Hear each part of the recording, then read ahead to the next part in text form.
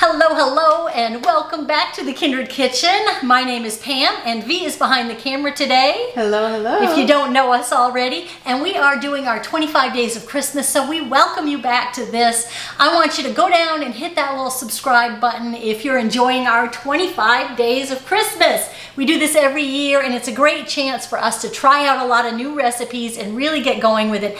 And this is a great appetizer or a great snack if you need a quick snack.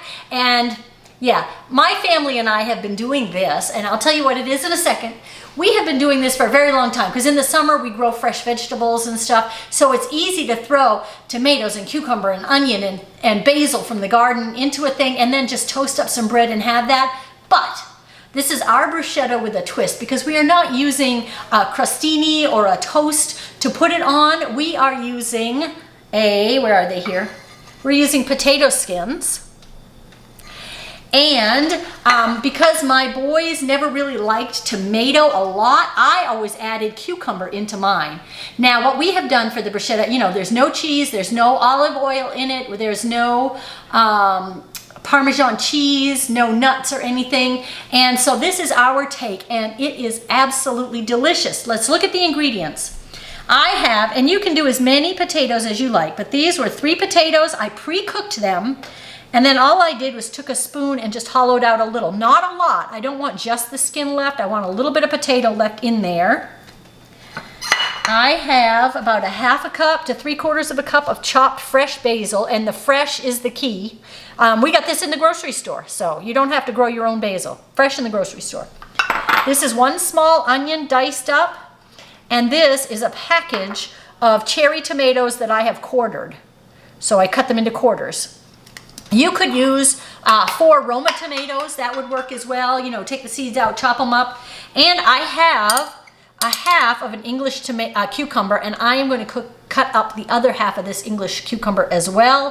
Balsamic vinegar, a little bit of garlic, powder, granulated garlic, and I will probably put just 1/4 teaspoon of granulated garlic in there, just a couple of pinches, and a little salt and pepper, so it's really easy. First thing we're going to do is take our silicone baking sheet, and we are going to put our potatoes on here. I have the oven already preheated to 400 degrees, and I'm going to stick these in here, and it won't take them long to get a little bit of brown and get a little color on them.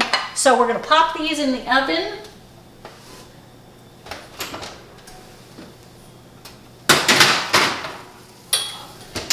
And we're going to let that go, and I am going to cut up. Okay, so this is 50-50 in itself. You know, it's got lots of your non-starchy vegetables. Your potatoes are your starches. So it is 50-50. And because of our plan, and you're not using the bread or the crostinis or anything like that, you are staying away from the processed foods. So this is a great 50-50 snack. I mean, you can have it as a meal as well, but it's a great snack, and you can bring it with you. I would toast up the potato skins and put them in a separate container, and I would bring this in a separate container, and I've actually done this when we go on a hike or something and we come back and want a little snack. You can put this in a separate container, and then when you're ready to eat, you just combine the two. You just fill your potato skins with the topping, and it is delicious. And you know, we're in the 25 days of Christmas, so I am also going to make this up for a potluck that I'm going to, because I thought that would be a nice, flavorful, healthy dish that I can eat as well, and that I think other people will like. So all my cucumber is all cut up now, and I will show you how quick this goes together. My cucumber, I'm going to add in my tomatoes. All right, we'll see if this is going to work. I'm going to make this bowl work. Let me mix it up a little bit before I add in my onions. Here's my onion right here. And remember to use a small onion, because I think onion can get a little powerful if you're using a large onion. So if all you have are big onions, you know, use a 1/2 one. I've done that before too. And if you want to, I'll tell you what you can do with this. If you're not that thrilled about using the potatoes, cook up some quinoa and let it cool. And then add some quinoa in here and mix it up, and that's delicious too. Here's my basil. I can smell that basil. I know, it smells so good. Fresh basil, you know, always is very fragrant, and it's delicious too, but it always has that nice smell to it. And if it wasn't so cold this morning, I would have gone out to my greenhouse and picked my fresh basil, but it was just a little too chilly for me. I gotta mix this up just a little bit more because everybody wants some of that fresh basil.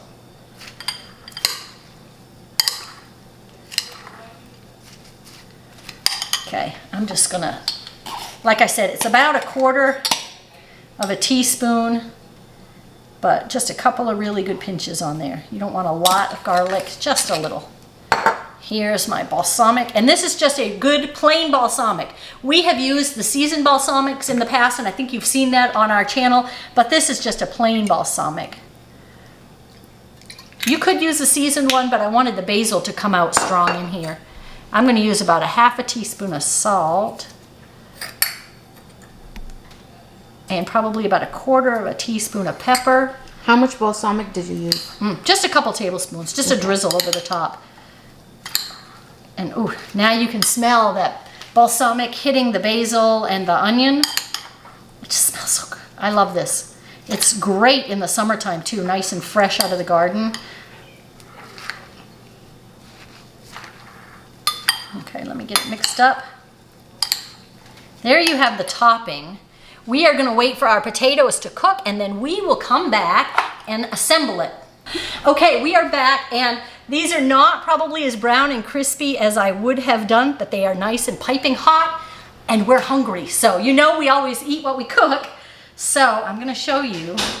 Let me mix this up just a little bit, make sure the balsamic is on all of these. It looks so good, smells so delicious. And then we're gonna just fill these little boats. Ow, hot, hot, hot, hot. That's what we say, that's our little thing. There, see, let me make up another one here. Just lots of good veggies in there. Like I said, I think this is great. I'm gonna be bringing this to a potluck. See what I can squish in there. And it is a 50-50 meal in itself. You know, you've got your potatoes underneath, your potato boats, and then you've got a lot of veggies on top. Okay, let's do one last one here. Ow, ow, ow. Smells good. It does. I can't wait to eat. There you have it.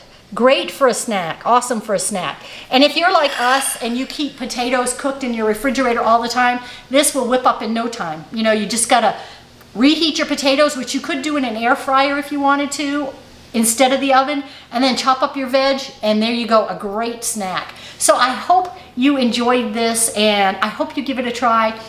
Make sure you go down below and comment. And I know that people do bruschetta in different ways. I've had it in different ways at restaurants. So let me know what your secret to your bruschetta is. And we will see you back here tomorrow for another 25 days of Christmas. Make sure you go over to kindredvegans.com and sign up for your newsletter. And if you're a woman and you're looking for some support on a whole food plant-based diet, go check us out on Facebook. It's Whole Food Plant-Based Health and Weight Loss with Kindred Vegans over on Facebook. So we will see you back tomorrow. Bye for now.